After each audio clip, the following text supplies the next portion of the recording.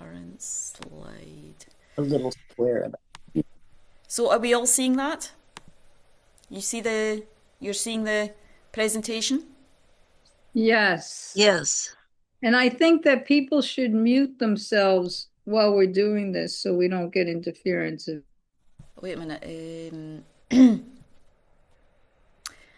Yeah, okay. What I'm going to do is just... That, you still see that enough, yeah? That's still okay? For Yes. everyone? Yeah, okay. Yes. I think I'm going to leave it Yes. in that format. It's not the best format, but we can still see the slides enough, yeah, to use them and get the benefit. So anyway, this is Introduction to Tantra, and it is definitely a lot of the materials is... Teresa was saying, you know, one of her favourite books is Introduction to Tantra. It's a wonderful book written by, put together by John Landau, who's a great teacher. He's not teaching so much at the moment. Unfortunately, he taught for many years in this area. So he put together a selection of Lama Yeshe's teachings on Tantra, you know, how to kind of step into Tantra. So some of this class is based on that, and of course just some other sources as well, and obviously some things I've learned over the years. But I'm sure some of us have already read that book. But I mean, I didn't read it for this class, I read it many years ago. And I pulled parts out of it this time. So this is what that's a wonderful book to read if you want to also use this alongside the class, if you want to use any reading materials. Right, so we are going to start just with a few minutes of meditation to settle our mind into the kind of place of listening, try and get the deepest benefit. So we can maybe pull something from the class, pull and hold something for the class. That's what preliminary prayers do, try to set the mind in the right place. As all of us know, we've all been studying and practicing, most of us, for some time. So a couple of minutes just to settle into the body and the breath.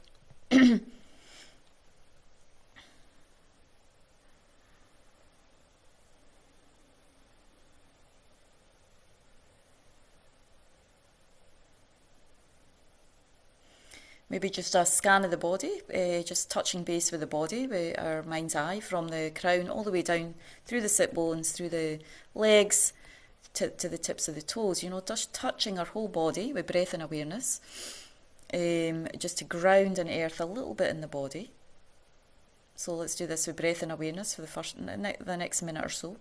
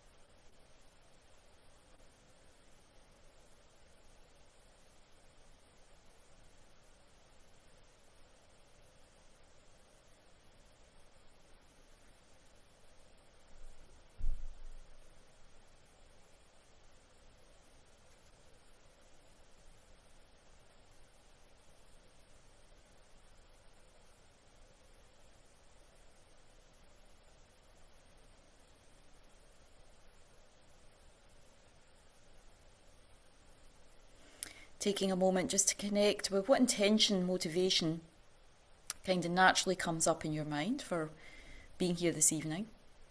What do we bring with us intentionally into the class?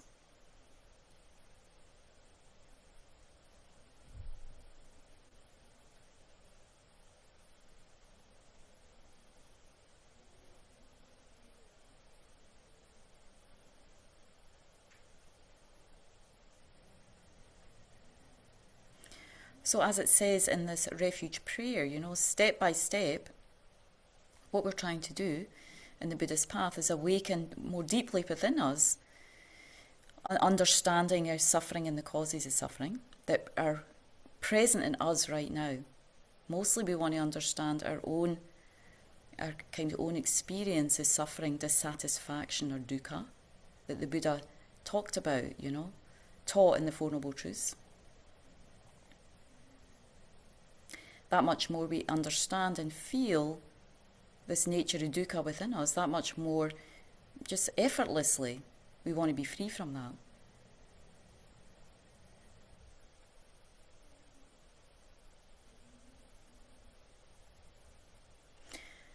So of course we know, many of us practicing, there's a big gap between what our wishes are and where we are right now. We all want to be happy, we all don't want to experience suffering. That's for sure, we all share that.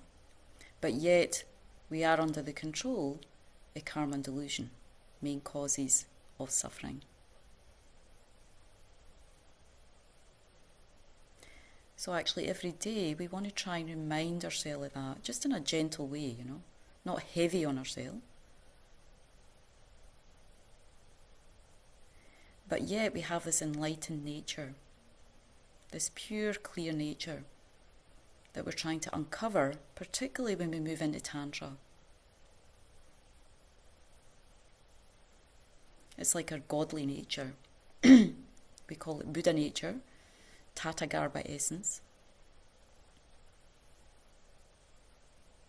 But maybe because of some conditioning, we feel like it's more our clear nature, our godly nature, that part of us that's very deep, very pure, moves from life to life.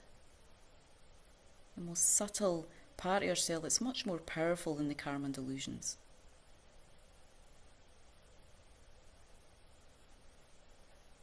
So when we visualize, try to feel the presence of the Buddha in the space before us, just the body, the lotus, sun, moon, golden body as we see in the picture, we try to feel that presence.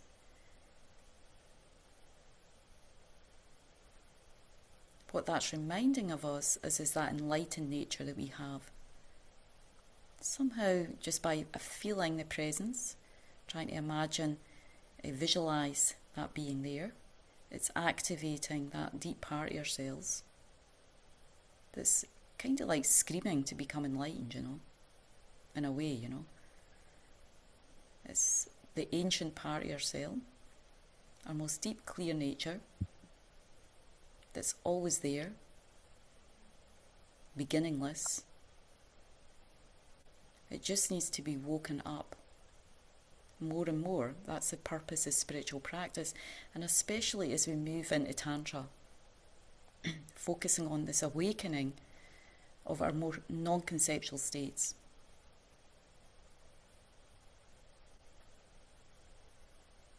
So I take refuge, it's almost like till that awakens fully within me.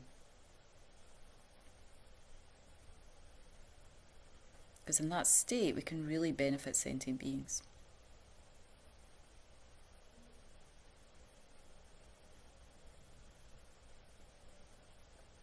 So from the tantric perspective, that's our commitment.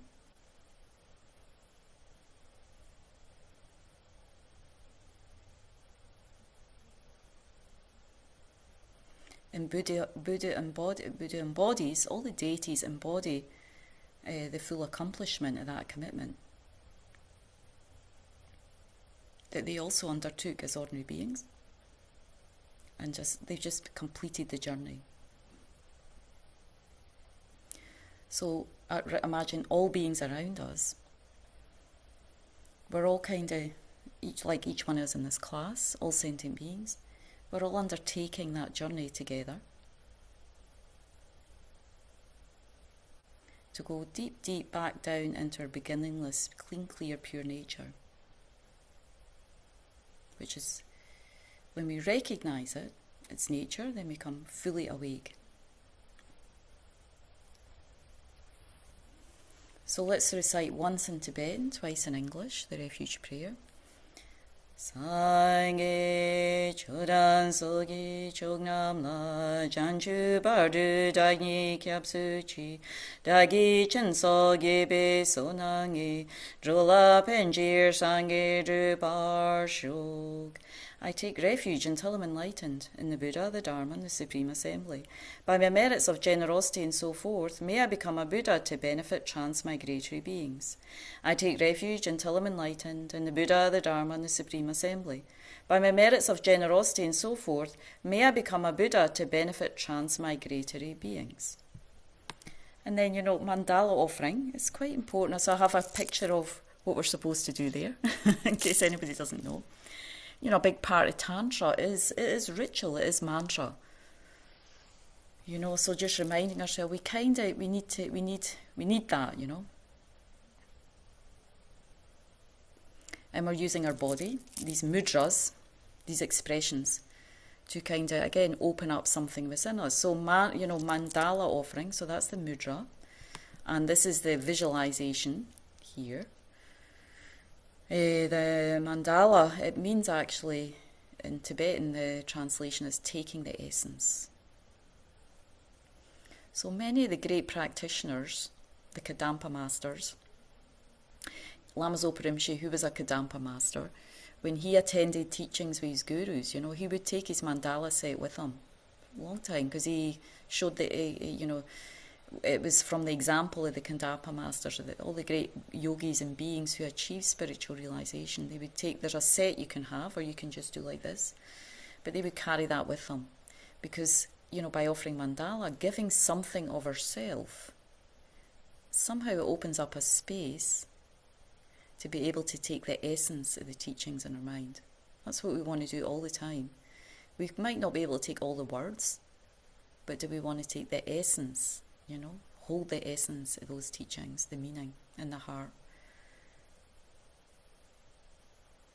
So we're just thinking about that. Offer whatever your understanding right now the mandala is. Mainly it's our Buddha universe that we want to create for ourselves and all sentient beings, this perfect world which comes out of our Buddha nature, It's not like a concrete world out there, it's from our pure nature. So we offer that future world, our future Buddhahood, in the realms we're going to create for all beings when we become a Buddha. When we offer this, to be able to take the essence of the teachings and gradually make that journey towards Buddhahood. Osaji bogi jushi medo tramri rablingje nye degyen badi sange jindu mete ulwari drogen nam dak shingla chobar shok. This ground, anointed with perfume, strewn with flowers, adorned with Mount Meru, the four continents, the sun and the moon. I imagine it as a Buddha land and offer it. May all transmigratory beings enjoy this pure land. Taking a moment to form any kind of visualization or feeling of what we want to offer to the heart of the Buddha, who's radiant and blissful in the space before us, the heart of your guru, spiritual masters. They're all embodied in the Buddha.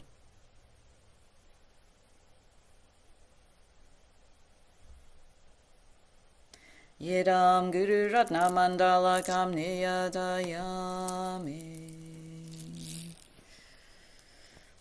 And the Buddha gets blissed out, it kind of expands his delight. He becomes more radiant, this like the sun shining even more brightly. And then because of his delight, nectar beams come forth, purifying us and all beings around us on our spiritual journey, bringing us and just activating there's more subtle energies in our being, this clear light nature that we're going to talk about more in the introduction to Tantra. Tayada mune mune maha munaye soha. Tayada mune mune maha munaye soha. Tayada mune mune maha munaye soha. Tayada mune mune mune maha munaye soha. Tayada om mune mune maha munaye soha. Tayada om mune mune maha munaye soha. Tayada om mune mune maha munaye soha. Tayada om mune mune maha munaye soha.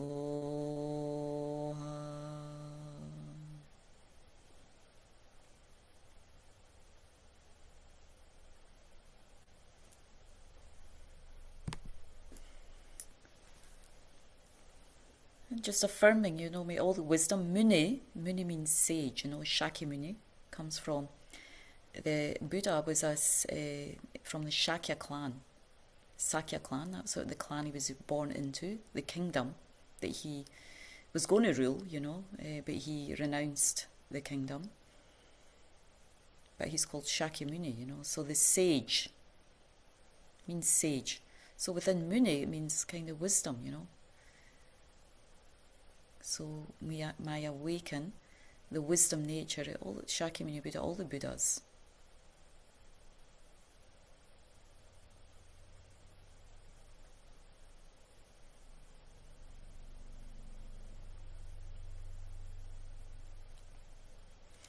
Okay, so a couple of quotes from Introduction to Tantra. So this is the main book that we're kind of pulling from, using. According to Tantra, perfection is not something that is waiting for us somewhere in the future. Everything that we need in order to complete is within us right now at this very moment. That's very exciting. Tantra is very exciting, when we hear about sutra, when we study the sutra teachings, as we're going to see, a little bit comparison of sutra and tantra. We talk about suffering and the causes. And, for Westerners, we already kind of know that we're suffering. So it's almost like they're piling on more suffering when they tell you that, It's like, well, we know that already. We come here to be happy, So the exciting thing about Tantra is, as Lama Yeshe said, is it talks about our enlightened nature, that it's already within us, It's simply a matter of being able to recognize that, aha, that's the point.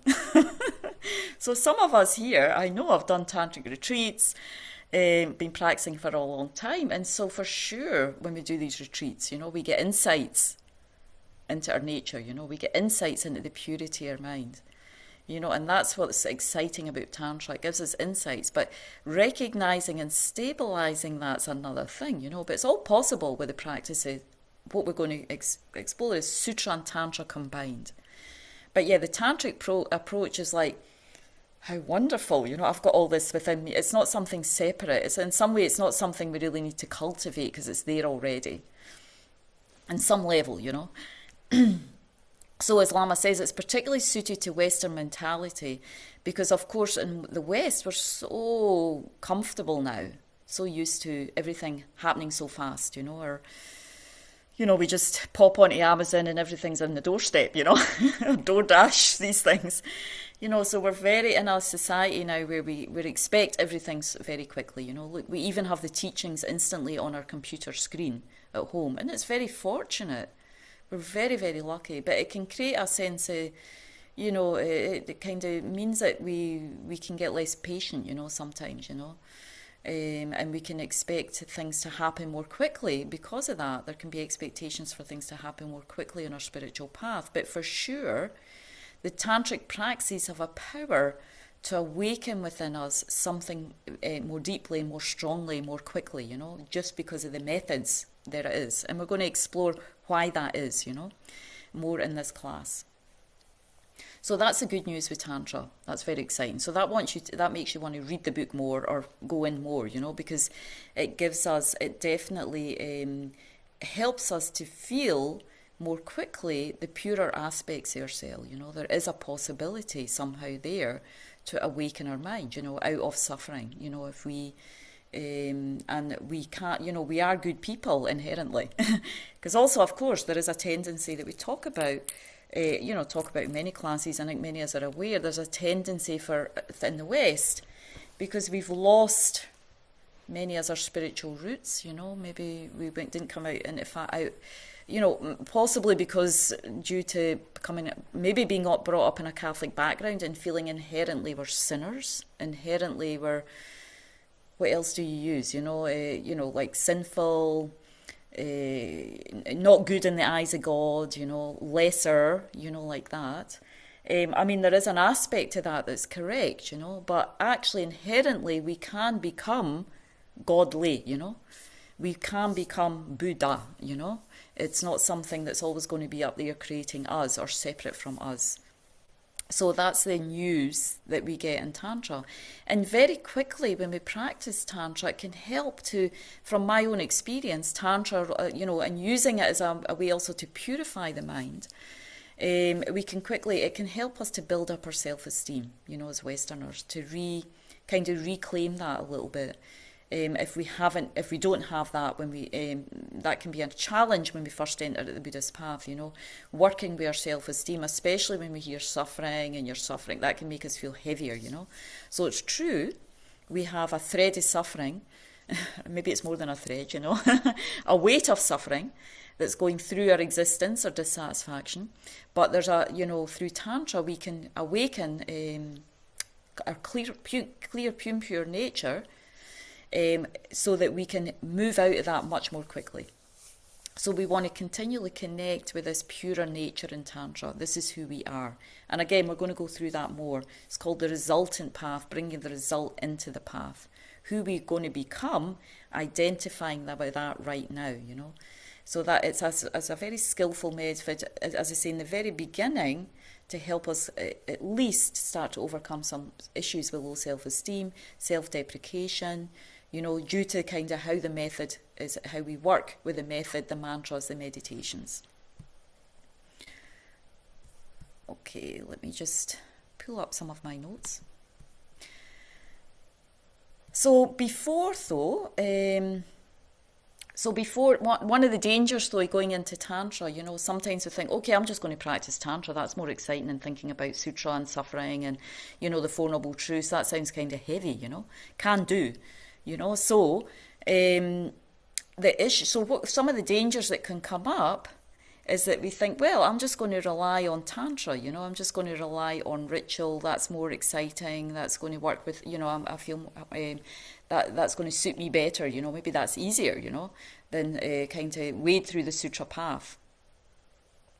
So some of us might be familiar, just to use a story to emphasise the point, the kind of how we need what we call the three principles of the path. There's a story that Lama Zopa Rinpoche used to use all the time to kind of emphasise this point. And it's something that Drom Tompa, who was this incredible practitioner, very pure practitioner, he was a student of the direct heart disciple of Lama Tisha. So Lama Tisha was actually the teacher who came to Tibet, just in a nutshell, came to Tibet in the 11th century. He was invited, he was an Indian master, but he was invited to Tibet at a time when the Buddhism had already entered into Tibet, but there was some challenges in how it was being practiced. It wasn't really being practiced properly or purely. So one king at that time, the ruler at that time, was very concerned. So he invited Lama Tisha to Tibet, and he kind of re-established or reinvigorated the Dharma in Tibet and clarified certain things. And he was the one that wrote the first Lam Rim text, many of us have been studying, the gradual path to enlightenment, called the Light of the Path. So he composed that text for Tibetans, because actually what it did, it condensed all the 84,000 sets of teachings that for us, how can we possibly study the 84,000 sets of teachings? These great masters can study volumes, vast volumes in texts as teachings, but for us it's not possible, So for us for lesser capability, we're not able, we don't have the vastness of mind, scope, but we still have a potential to achieve enlightenment. We just can't cover that volume of text. So these great masters would condense them, would write commentaries for us, into a path that we can study. So John Tompa was the heart disciple of Lama Atisha. And between them, they kind of started this tradition of the Kadampa tradition, you know, that we are part of, you know. The Geluk school came out, also the Kadampa teachings, you know. And Lama Zopa Rinpoche said was a great Kadampa master, you know. Someone who practices very purely, Lojong especially, and the Lam Rim teachings. So one day, Drom Tompa, this great enlightened yogi master, he saw this man, you know, this practitioner, senior practitioner, who was meditating. Some of us will know this story. I love this story because it can show so many points and help us, guide us, you know, how we need to practice. So he saw this man meditating and he said to the man, well, what are you doing? The practitioner, you know. And he said, well, I'm meditating. And John Tompa says, well, that's very good that you're meditating, but wouldn't it be better to practice Dharma? And the man was really puzzled, and he's like, well, okay. So he was thinking to himself, well, maybe I should read some texts. That'll be better, you know. So he started reading some texts, and the next time John Tompa said him, he came across him again, and he said to the practitioner, well, it's very good that you're reading texts, but wouldn't it be better to practice Dharma? I don't know what the man was thinking after this, you know. So he's like, okay, well, fine, you know, okay. So he was thinking, okay, now maybe I need to circumambulate. So he gave up reading texts and he thought, I'm going to circumambulate temples, you know, doing Kora, going around. So he started doing that practice, and again, he came across, or John Tompa came across him, you know, more likely, and said to him, well, it's good that you're circumambulating, but wouldn't it be better to practice Dharma?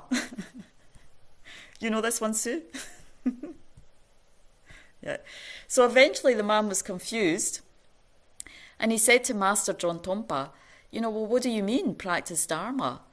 And John Tompa said, does anyone know what John Tompa said? Anyone who's heard the story? Hazard a guess? Any brave enough to say? Can't remember. I don't even know if I would remember, you know, but I was preparing for the class. I knew the essence. He answered simply, give up this life. Right? So that sounds kind of drastic, yeah? So, and actually what Lama Zopa Rinpoche says, because Rinpoche told this many times, it doesn't mean like throw all your possessions away and go into the mountains and become a great yogi, you know? What it actually means is, in that respect, what we need to do is practice the three. What give up this life means, how do we break that down? You know, it's not just like it's not throwing things externally away from us. Actually, what we do in the Lam Rim is we train our mind to give up this life. You know, the three principles of the path is the way where we train our mind in that way to kind of, what Rinpoche says is give up this life. Or what does it mean? Giving up. In the first level, what it means is giving up attachment, letting go of attachment, breaking down the walls of attachment clinging in our mind. You know, that's one of the first obstacles on the spiritual path. These are the first thing that we need to work with in the mind.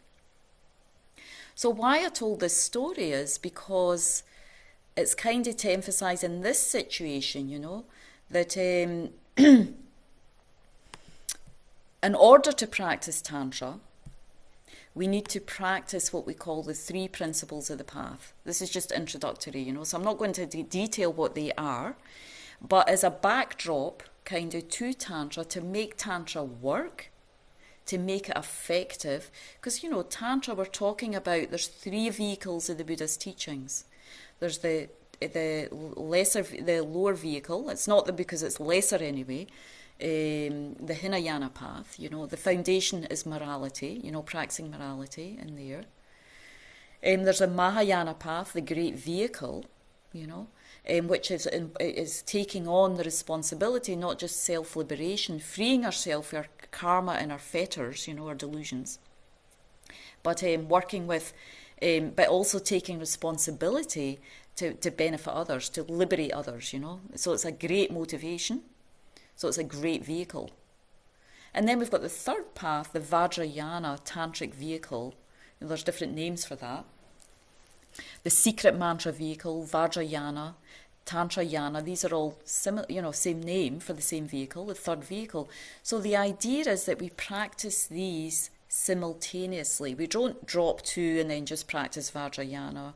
You know, especially in this tradition, the Tibetan tradition, they hold the teachings of all three vehicles. So in the case of this story with Jom Tompa, you know, we could say here right now, you know, yes, we have the outer form of the deities, the texts, the gurus, you know, just like in Tantra we have mantra and visualization, and, you know, we have these kind of ritual aspects, you know, that, and you could say in some way that I think he became a student of John Tompa after that, you know. He was kind of more, what John Tompa saw was he was practicing the external forms, and that's a danger that can happen in Tantra. You're just reciting your mantras, doing your visualizations, doing your commitments, doing your practice, but you're not weaving it together with the three principles of the path, you know, where it's not going to go deep if we don't have the three principles of the path. We're not practicing this, like practicing what Dron Tompa says is giving up this life. Again, that sounds kind of drastic. It doesn't mean materially, it means inwardly training the mind in that. Training the mind in the gradual path to enlightenment alongside and weaving it with tantric practice, mantra, visualization, deity practice, using them together, and then we have a complete practice. So I hope that's what I'm trying to express that through the story of John Tompa. You know, we need both, you know, and that's what John Tompa was saying to the student, not just relying, it's good to circumambulate, it's good to read texts, but is it going to go, it's not going to go deep if we don't have the backdrop of the three principles of the path. It will leave imprints, it's great, you know, but it'll take a lot longer to get enlightened, to develop our mind, if we're not also practicing these three principles, right? So what are the three principles? Because I haven't mentioned what they are yet. We're just going to very briefly touch on what each one of them was. So I thought I would ask, what's the first one? Renunciation. Yes, and what do we mean, just in a nutshell, when a renunciation? Does that mean that we don't believe that we're really going to get lasting happiness from samsara? So we don't pursue that so much because we see through that we're not going to, it's not lasting happiness. It's not available. Yes. Well, that's good, Sue. Yep, that's one aspect of it for sure. Anyone else? Renunciation. What do we understand by that kind of challenging term? Again, it's not throwing out our possessions, you know, it's a mental training. Anyone else want to share? Kim, it's good just to share what you, doesn't matter if you're right or wrong, you know, it's just like, how do I, you know, if somebody asks me, you know, what would I say, you know? Some of us have been practicing for some time, so we need to think, if somebody asks me, what do I really mean, you know, how can I say that in a couple of sentences? Kim? I think about, you know, karma and just sort of the wheel of life and death. And it's like at some point we recognize we want off that wheel, and that's a moment of renunciation. Excellent. Yeah. Mary, you had your volume off. Did you want to share something? I was just going to say that it's not being attached to things in this life in a way that's going to create more suffering for you. Very good. Yeah, that's good too. So these are all aspects of renunciation. So we're going to go on to the second one. I have a nice explanation, a nice summary each one of these, but I'm not going to pull it up till we've been through the three principles. So the second one, bodhicitta, what do we understand? Oh, sorry, I shouldn't have said what it was, but I've said it already. Okay, second one, what's our understanding, just in a couple of sentences, what's bodhicitta? Anyone else want to? Don't worry if you don't get it completely right, you know. Just what do you understand right now with bodhicitta from all the teachings you've heard? Jana, I'm going to pick on you. You brave enough? Concepts that are always hard for me to put into words, but I would say, you know, you're working for the benefit of all sentient beings. Okay. Practicing for the benefit of all sentient beings. Practicing what? What are you Dharma. doing for The Dharma. Dharma? Anything more, even more than Dharma? Yeah. Anything else? What's the goal? What's the end goal? Well, compassion and um, enlightenment for the Yes. enlightenment of all sentient beings. Yeah. So, of course, right now we're not enlightened, but that's the end goal for a bodhisattva. Every action of their body, speech, and mind, they want to achieve enlightenment. They have this deep kind of current going through them. I mean, that's a bodhisattva. Right now we have to think about it on a superficial, for us it's like we have to think about it. For a bodhisattva, there's no thought. Depending on what level of bodhisattvahood you're in, we're baby bodhisattvas, so we have to think about it, We have conceptualized it a little bit, I mean, of course, of us, many of us are good-hearted and we don't have to think about helping others, and that's great. That's the beginnings of bodhicitta, It's like good-heartedness, but it's much more than that. It's like awakening this huge potential we have, like what is bodhicitta? It's Lama Zopa Rinpoche in action. Day and night, all their actions are geared towards helping others, yes, but with the end result to get them to enlightenment. It's like they've taken this responsibility. When you awaken bodhicitta, it's this deep kind of commitment to sentient beings to get enlightened for them, to help them whenever you can, wherever you can in that moment, but also alongside of that is to get enlightened for sentient beings, because you see that as the most skilled, the best way you're going to benefit others. I mean, I'm reading this incredible book on these visions. Some of you are going to get jealous, but there's a book out for His Holiness, not jealous, but there's a wonderful book out that unfortunately it's not in the East, in the West yet. It was published in India on the secret life and visions of the Dalai Lama, and actually His Holiness the Dalai Lama is a reincarnation of John Tompa, right? The one I just spoke about. He is that's one of His Holiness's past lives, So, and that talks about that in that book. But when we look at His Holiness, he is someone who's really embodying bodhicitta. You can see that's no question. I mean, he's out of many prayers and aspirations and great work in previous lives, not just being the previous 13 Dalai Lamas, but lives before then. You can see, wow, this being, like His Holiness, I give a class, there's, we get some people, great, I'm so happy, but His Holiness talks, and there's thousands of people, and not just Buddhists, non-Buddhists, this Buddhist. So, we think about bodhicitta, that's what bodhicitta is, it's this mind that can reach so many sentient beings, wants to benefit so many beings, and is capable of benefiting sentient beings. So that's what we're training in. We as Lama Yeshe would coin very nicely, we are baby bodhisattvas, and that's great. We're training in it. But bodhicitta is this incredible, deep, vast commitment to benefit sentient beings on the path to enlightenment by yourself getting enlightened, having that really, really far off goal, but holding that.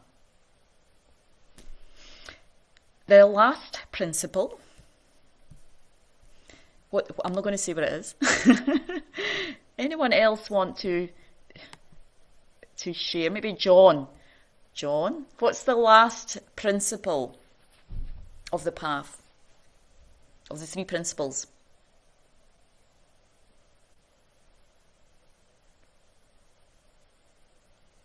I can't even guess. Renunciation, cultivating bodhicitta.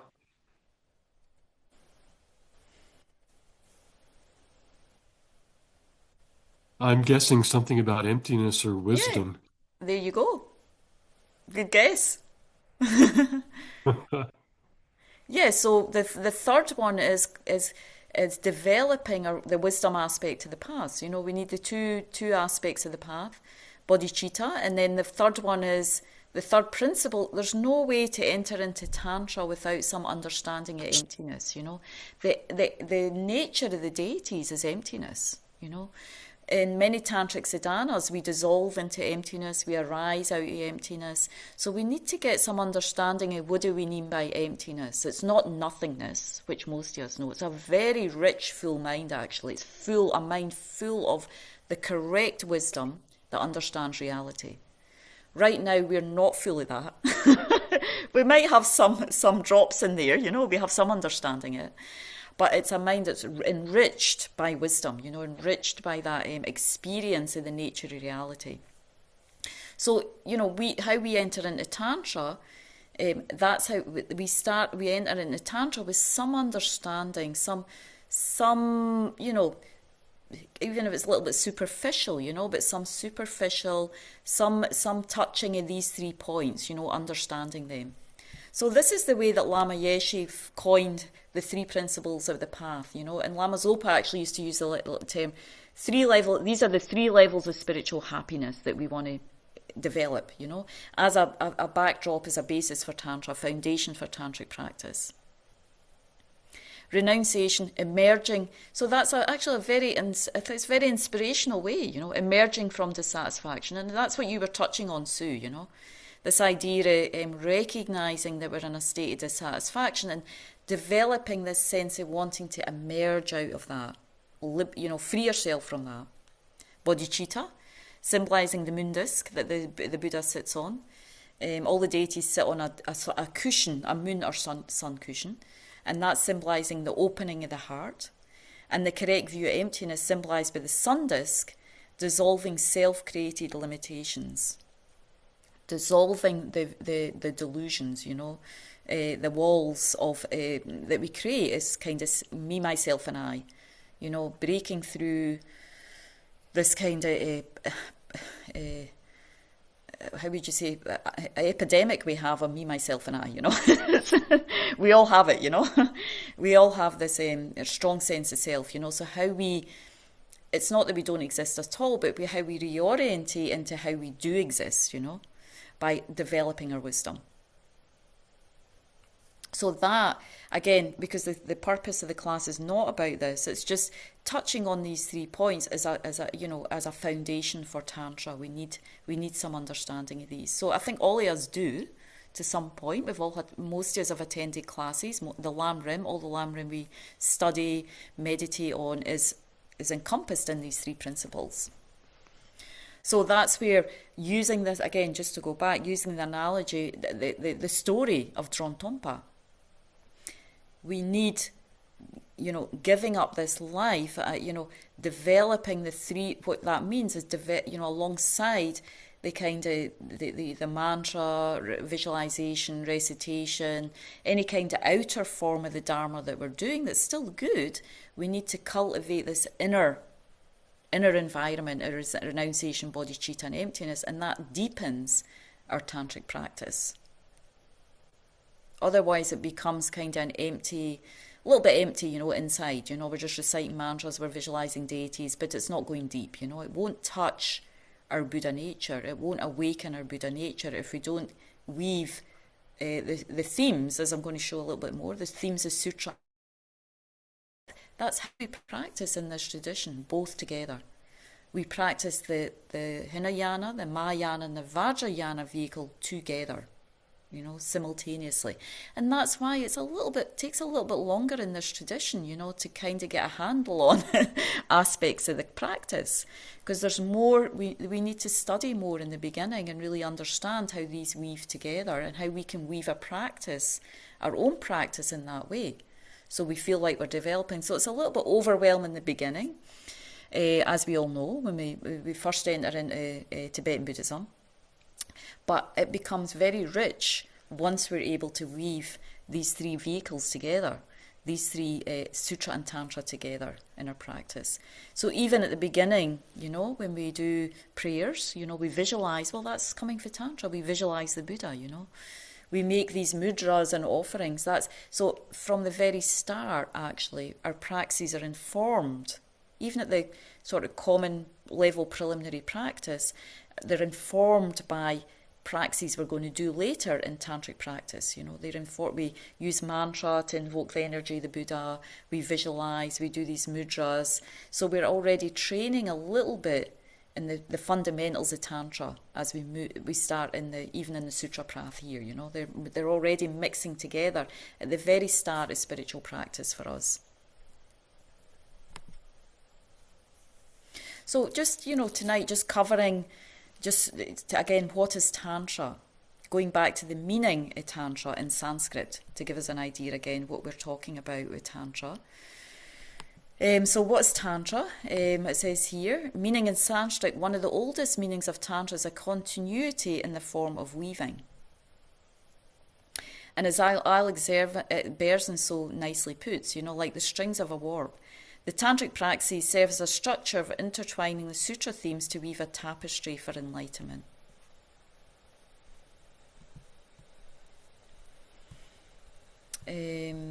So let me see what I've said about this. So also in that sense, as I mentioned, it's this weaving together as Sutra and Tantra. We can see it in that level, using the Sutra themes, using 3 Lamrim, gradual path to enlightenment, 3 principles of the path, and weaving that together with the themes of Tantra, then we get a complete practice. So also Tantra combines, this weaving of physical. When we offer the mandala, we're using mudras, physical expressions, verbal expressions through mantra, and mental expressions through visualization. So it's kind of weaving, using the body, speech, and mind, weaving each part of your being into the practice, bringing everything into the practice. So another important point that comes up here is the difference between Sutra and Tantra. One of the differences is, and we'll go through differences as we go through this class, but an important one that some of us are probably aware of, but we don't hold it all the time, is that why Tantra becomes swifter, So that's one thing we know about Tantra, some of us. It's told to be the swifter path. Of course, it's not going to be swift, again, if we don't weave the sutra themes in, if we don't have the 3 principles of the path. We're not cultivating them simultaneously. But why it's particularly swift is because generally when we meditate on, in kind of in the more common vehicle in sutra, we go through the Lamrim and we might meditate on compassion, like the 4 immeasurables, or, achieve it, we'll meditate on that. That's one meditation. Or we might decide, we want to meditate on renunciation, so we do some meditations on renunciation. Or we may want to meditate, we spend some time meditating on emptiness, wisdom realizing emptiness, cultivating a deeper understanding of emptiness. So the difference between the sutra, where we can only really meditate on one theme at a time, one topic, We can't meditate in sutra on wisdom. Okay, I'm going to meditate on emptiness and I'm going to meditate on compassion. We can't do that. It's not possible. We can't do those 2 meditations simultaneously when we're meditating on the Lamrim. So the benefit of Tantra is the methods are such that it allows us, through the power of the visualizations, mantra, the practice of combining method and wisdom simultaneously in one meditation. And how that is, we can talk a little bit about more when we get into the topic of deity yoga. But that's just to hold one of the benefits of Tantra is that we're cultivating, because we're awakening this Buddha nature, this pure aspect, this more subtle aspect to yourself that in the essence has everything in it, as Lama Yeshe said. It's all there, it's just very hidden. So when we meditate, we visualize ourselves a deity, we recite mantras, we have some level of purity in mind already. That practice alone, it combines method and wisdom together. So that's what makes it fast. We can meditate on, or you could say compassion and wisdom simultaneously, although usually the term used is method and wisdom. So there's a way, that's how we get quicker to enlightenment, through arising as the deity and identifying with the deity, and then it's a sort of strong type of purification that's awakening this subtle consciousness and allowing us to meditate on both of these aspects of the practice, the 2 wings that we need to cultivate simultaneously. And again, when we go into deity yoga next week more, I'll explain that a little bit more clearly, what I mean by that, just to know that this is one of the benefits of Tantra. This is why the great masters practice it, because with the motivation of bodhicitta, you want to get enlightened as quickly, you want to benefit others as quickly as possible. We're all suffering here, hello? Each one of us are suffering. So once you've got really, really sincere bodhicitta, and you recognize, wow, your own suffering, and you say, wow, my family, my friends, they're all wrapped up in that, there's no real happiness in that. Then you want to get enlightened. Then it comes like, I need to enlighten everybody quickly, because the longer I'm not enlightened, the longer the people that I can benefit. I have karmic connections. Now we're running centres, we're helping others, we have family, friends. If we're praying for them, they might be our future disciples, So, as long as I don't get enlightened, they're in samsara. So that's what happens with bodhisattvas. They see that, they see all their future disciples, they see sentient beings, and they're like, I need to get enlightened quickly, and I need a quick method for it. And Tantra allows us to practice wisdom and compassion, wisdom and method together, and we can get there a lot faster. It's like taking a rocket up to the sky enlightenment, So that's what these tantric methods do. But again, they won't work if we don't really hold, as Lama Zopa Rinpoche said, we need to still, from the sutra path, develop, really understand what enlightenment is. Really start to awaken that in us, really have to sincere wish to benefit others. With that, we become great, disciples of Tantra, Otherwise, it's just blah, blah, blah, and it's our own ego games, Well, I'm a deity, and I'm doing my mantras, and I'm a great Dharma practitioner, I'm a great tantrika, and, it's not going to work, you just actually reify yourself, You create more samsara, So that's where the danger is with Tantra, And that's why, ideally, as we get more sincere in our practice, we rely on spiritual teachers who can navigate us through the tantric path when we get more sincere, So again, another aspect of Tantra, we could say that weaving that Alex Berson mentioned is a weaving together of teachings and practice. That's what we want to do nicely. Not just go to teachings and leave it at that. Not just do practice, because then it's not informed by teachings. It won't go deep, So we want to always be weaving together different elements of our practice. We need a bit of skill with that, So that's what also, we could say there's a weaving there, So now the next slide. Anyone got any questions coming up with that so far? Comments? No, we're okay. Number 9, next slide. I just wanted to express what the meaning in Tibetan is as well. So in Tibetan, so in Sanskrit, it's translated as, the word is Tantra, and Tibetan it's gyu, which means thread or continuity. And I have a picture of Lama Zopa Rinpoche here holding a mala, which I'll explain in a minute. It's the continuity of this present mind that goes to enlightenment by practicing Dharma and following the path. So again, this is what are we touching here? We're touching on this pure clear light nature. It's this beginningless mind, this continuity of consciousness that we need to, again, try to feel. Some of us, I don't know, some of us may have some sense, some of us have been practicing for some time, We may have some sense, I think most of us might have some sense of some of our past lives already, even though we don't remember them. We have some sense, well, I'm here, I've met the Dharma, of this precious human life that I gifted myself with past life. I mean, wow. As I always say, thank you so much, past life, and I hope I can say the same for next life, So all the time, we have this continuity experience going on.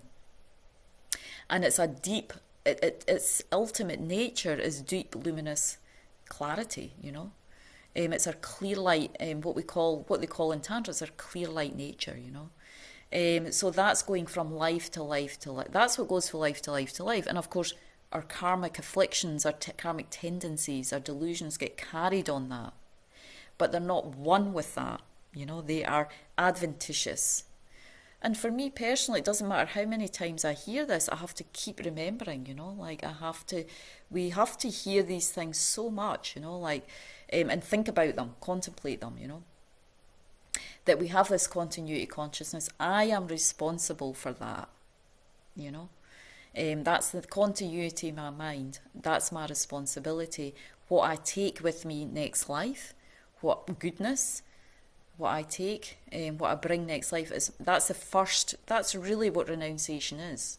Taking responsibility for that, and taking a responsibility to try and emerge as much as possible from the stuff, the karmic baggage that we're carrying, Make our next life even better, not just for ourselves, but for other sentient beings. So the tantric means connecting and getting a faith, getting some deeper and deeper conviction in this ancientness that we carry, which is the deepest ancientness we have is our Buddha nature. That is who we really are. That's who we really want to be. Everybody wants to be clean, clear, luminous, joyful, happy, full of wisdom, full of love. And we have all that there. It just has to be cultivated. So more in Sutra, we cultivate it. More in Tantra, we awaken it. It's almost like that. Sutra is like more of a cultivation and we need to do this and that. And, we're cultivating this and we're cultivating. Tantra is more like it's already there, but it needs to be woken up because the other stuff is more prevalent for us right now. We're more familiar with the karma and delusions. We identify with that stronger. But we need to wake up this continuity, this beginningless aspect of us, this pure aspect of ourselves is incredibly beautiful in that we see in the examples of our gurus, our spiritual masters. I mean, when Lama Zopa Rinpoche came into the room, it was just luminous. The whole place illuminates. What is that? That's clear. That's our clear light nature. Hello. We all have it. So we just need to wake it up, And, I'm talking to you, but I'm really talking to myself. This is what we need to talk to ourselves like this. We need to inspire and encourage ourselves all the time.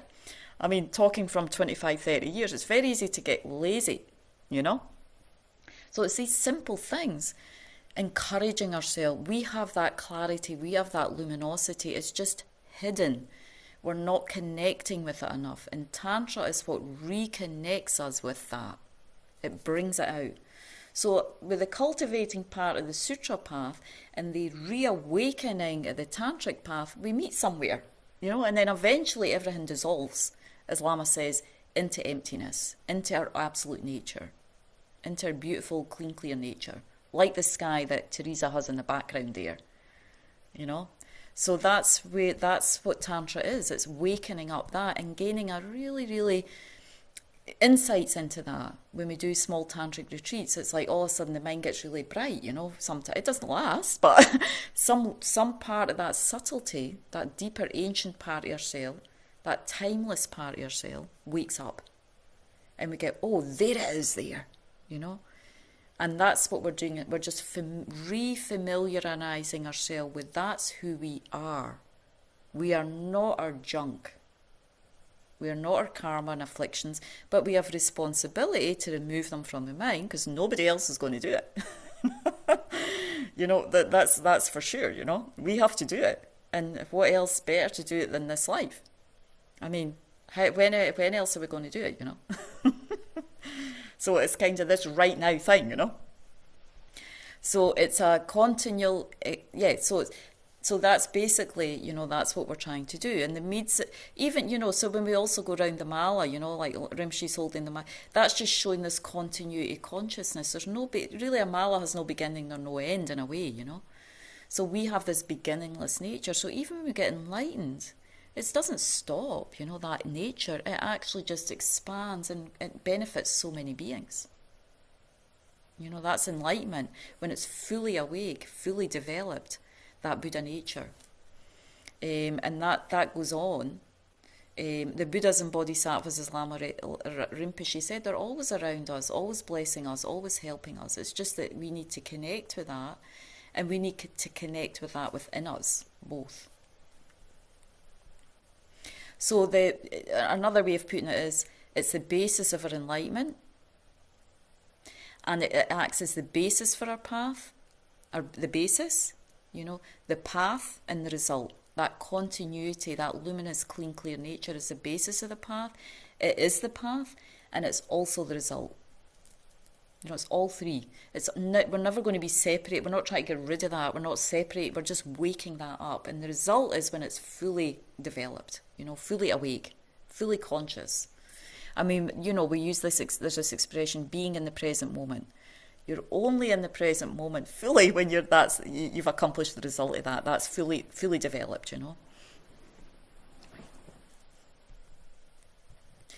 Okay, so what next? Next slide. Sorry. Takes a little bit to get.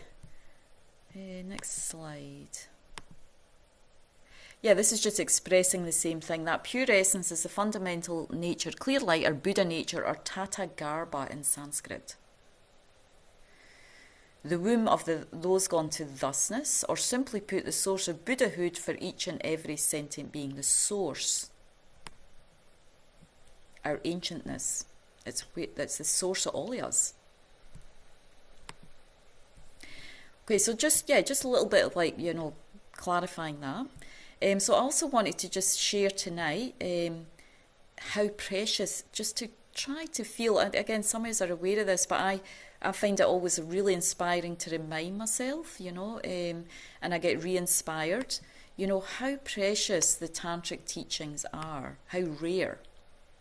So as it says here, it is said in the teachings to meet Tantra is much rarer than meeting Buddha.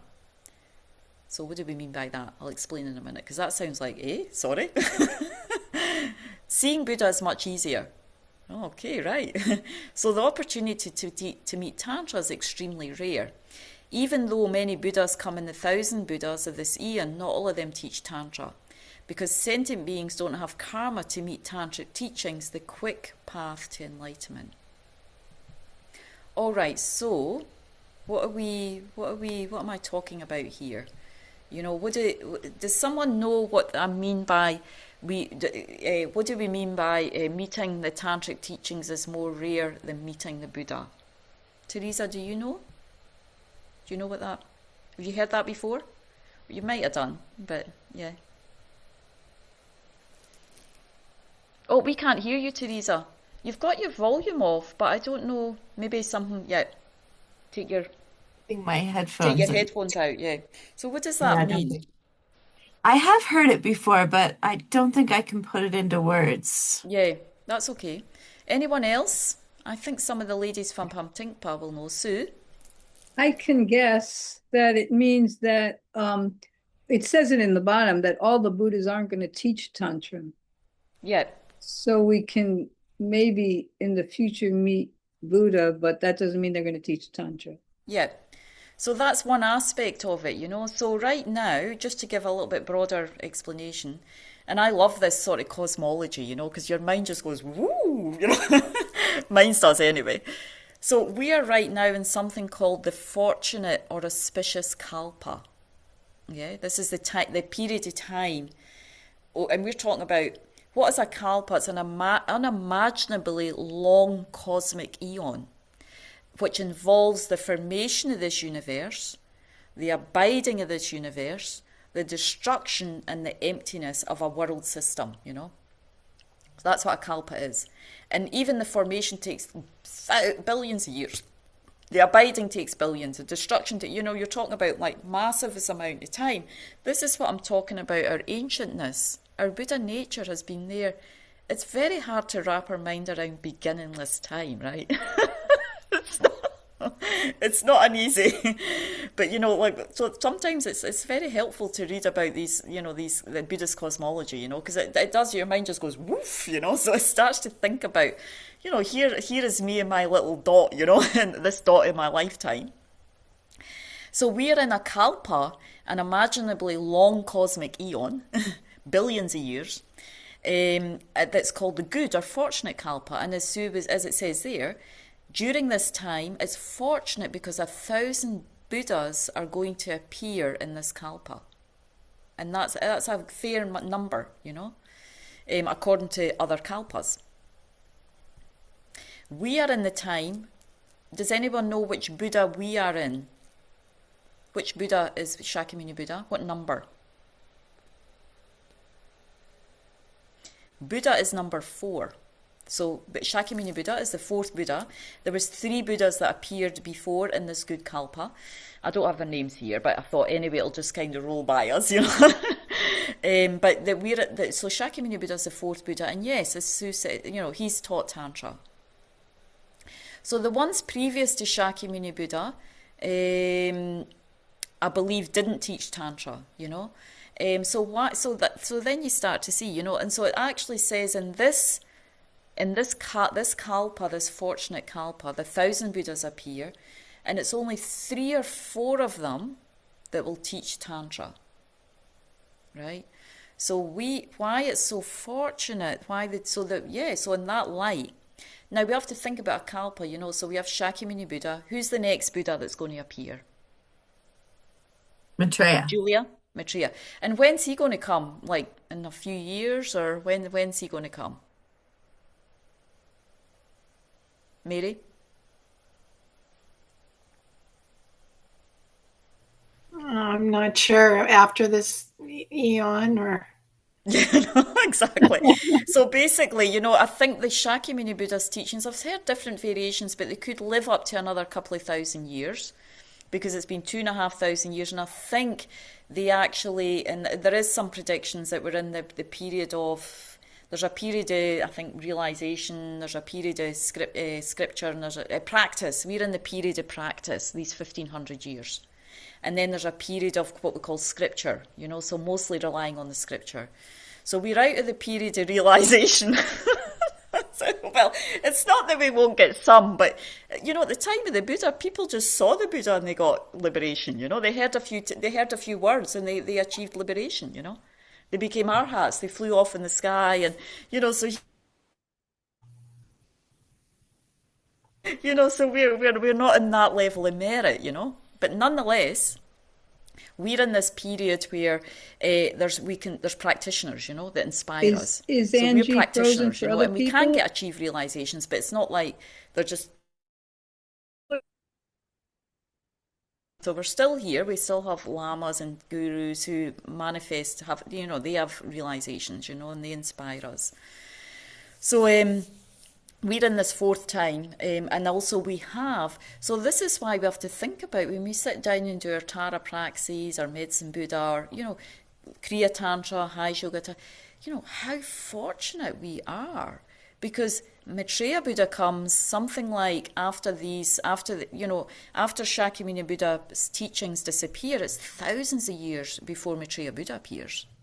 Not because they can't be bothered coming, but because we don't have the karma and the merit, So at a certain time, Buddhas appear when sentient beings are ready to be subdued, when we have the karmic propensity, we have the merit to hear the Dharma, to practice. They can benefit us, otherwise, we just don't have the merit, So, but Maitreya Buddha's not going to teach Tantra.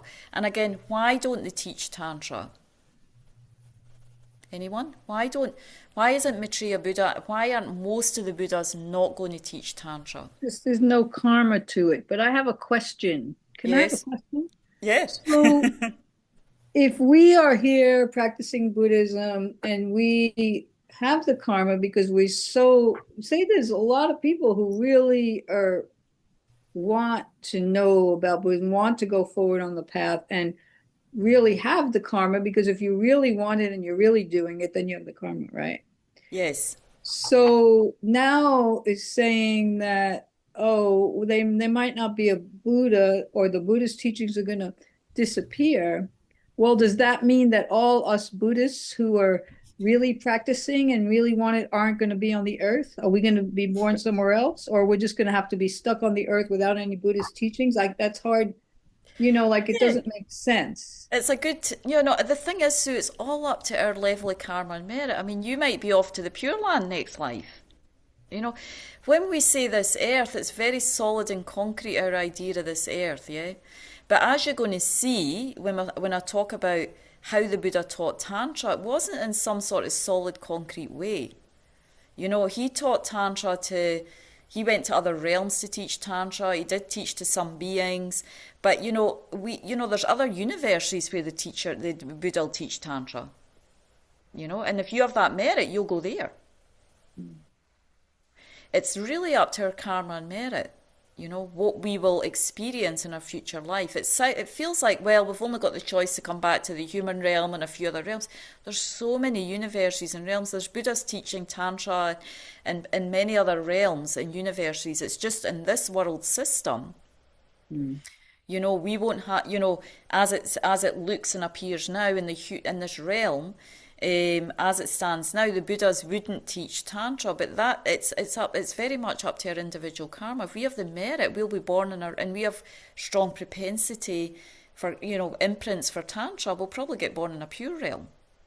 We can practice there, because there's also pure realms where you go and you practice Tantra there, So it's hard, because it's not like a fixed thing, The point of this is to recognise that somehow we have created some karma to, be here when the Buddha teaches Tantra at this time, when we have these great holy beings like His Holiness the Dalai Lama and all that, And we have the ability. I think what we need to draw from this is that we have this very special opportunity to practice Tantra now.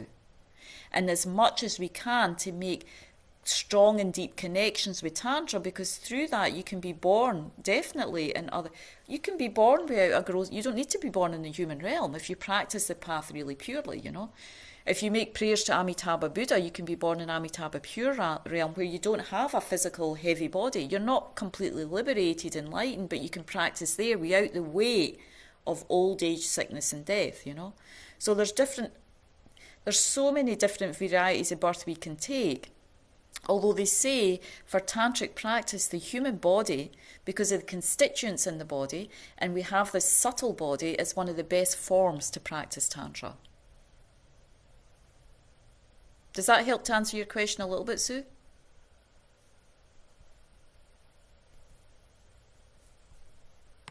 Sue?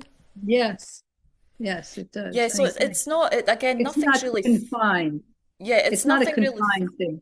Yeah, it's not defined. It's very much according to our karma and merit. And that's why it's our responsibility now, when we have these teachings and we have a feeling towards them, to make as much a connection with them as we can, to practice them as much as we can.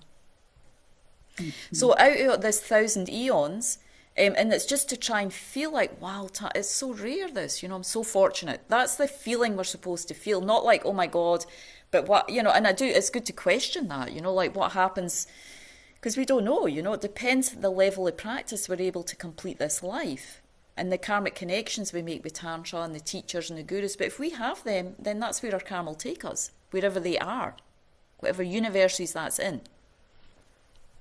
So generally it's said, in the text, that there's like three or four Buddhas. I think the first one is Shakyamuni Buddha, and then the seventh Buddha is going to teach Tantra. And then it also says that the last one, who I believe I read somewhere might be an emanation of Lama Tsongkhapa, he said that he wants the 1,000th Buddha will teach what all the other Buddhas taught, which would include Tantra. So also the teaching of Tantra also comes from the prayers and aspirations of that particular Buddha. So it's our karma and our merits, what our level of karma is. Because we can see that, even if we see now, out of all the teachings, the Theravada teachings are more commonly practiced. There's a bigger amount of people that practice that. The Mahayana path is still practiced. Of course, we think there's loads of people practicing, but that's just because we're in our circle. But actually, that's less practiced than the Theravada practice, because takes longer, it's more difficult.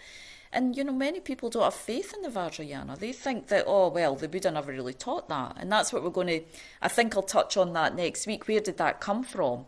And that comes from because it's how the Buddha taught Tantra. Why people don't have faith in it, or other countries even think, maybe, they even debate whether the Buddha taught that, is because it's the Buddha taught it to a very select few disciples, because they had the merit to the faith and the merit. It takes a certain amount of merit and faith to be able to practice Tantra, you know. So so it was taught in what we call a uncommon way to smaller audiences, you know, even at the time of the Buddha. And in some cases, the Buddha manifested in the form of tantric deities, because those beings had the pure karma to see the Buddha as a tantric deity and receive the teaching like that. So, I mean, if we purify mind, we can be born in other places, we can receive visions, we can get teachings in many other ways if we have the karma and merit. It's all up to that, you know, and creating the karmic connections with Tantra, this and future life. So that's why it's like we need to feel like, wow, not like, oh, I've got this commitment to do, you know, that's our mind gets, you know. Oh, I've taken this initiation and I've got that commitment and this. It's like, you know, and we all do it, but I try and remind myself, no, but this is so special, you know, this tantric practice with, you know, with the backdrop of sutra, you know. So fortunate. And may I always meet the tantric teachings, you know, because that way I can get enlightened quicker for sentient beings. You know, that's really what's going on there with Tantra. So we're at time now. I wanted to cover a little bit more, but I hope that... Does anyone have maybe one last question or comment in the last few minutes? And then otherwise we'll make some... Anybody? Anyone they want to share from that?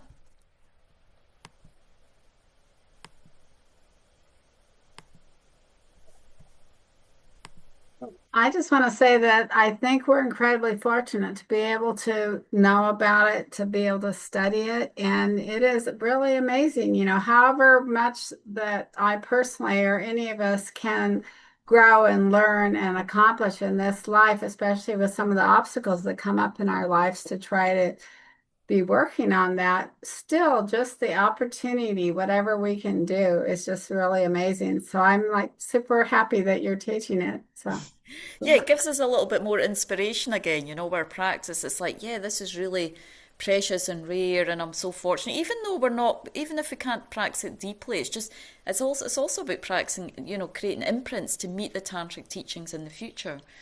Because through that we will achieve enlightenment faster, you know, as we see when we go into like more of the nuts and bolts. And some of us already know some of the nuts and bolts of tantric practice. But anyway, that's enough for this week because we're on time. I will just share. There's a few comments in the chat. Is there anything? Someone passed away. Can we, oh, that was about the sounds. Is there anything else I need to know? Okay, thank you. Thank you. So I'll just put up a couple of dedication prayers that we can recite. Let me just share, close that out. Oh la la. Share. Right. So again, as we do, just sealing the merits, as we talked about, you know, earlier, going over the second principle, the most important one, really. But we can't really develop this without the previous one of renunciation either, because we don't know what we're freeing beings from. If we have a really vast idea and a deep understanding of our own suffering, the evolution of our own suffering. But either way, you know, bodhicitta is so important. So as much as possible to dedicate for each one of us to actually, you know, as much as possible, work on that in our minds, you know, develop this enlightened motive to benefit sentient beings. And then the second one is emptiness, you know, just for that precious view emptiness also to become more and more nurtured within us. Oi janju senjo rimbo she ma ge panam ge gyurshi ge ba nyamba me ba ye goni gondu pelwar shok. May the precious supreme bodhicitta not yet born arise. May that arisen not decline but increase more and more. May the precious view of emptiness not yet born arise. May that arisen not decline but increase more and more. Samsara, nirvana lack even an atom of inherent existence, and cause and effect, independent arising or unbetraying. I seek your blessings to discern the meaning of Nagarjuna's thought that these two are mutually complementary and not contradictory. And since we're studying Tantra, may the precious realization of the two stages not yet born arise. May that arisen not decline but increase more and more. incomparable, kind, and supreme Tenzin Gyatso, the wish-granting, wish-fulfilling jewel, source of every single benefit and happiness in this world, may you have a long life and all your holy wishes be spontaneously fulfilled. Save the land of snow teachings and transmigratory beings, who extensively clarifies a path that unifies emptiness and compassion. To the lotus holder Tenzin Gyatso I beseech, may all your holy wishes be spontaneously fulfilled.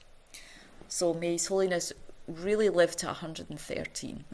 That's what he's predicted to live, so, or more.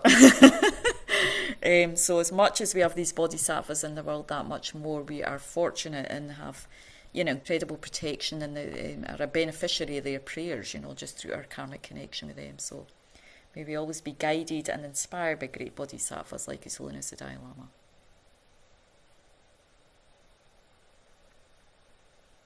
All right, thank you so much, and hopefully see you next week. And as I say, Intro to Tantra, if you want to have a look over that, or just the 3 principles of the path, which will also support the class, just always going into the Lam Rim, that always supports the Tantra, together. Yeah. Thank you. Thank Thank you. you, Venerable Venerable Angie. Thank you, everybody. Thank you. Wonderful. Thank you. Lovely to see everyone. Thank you.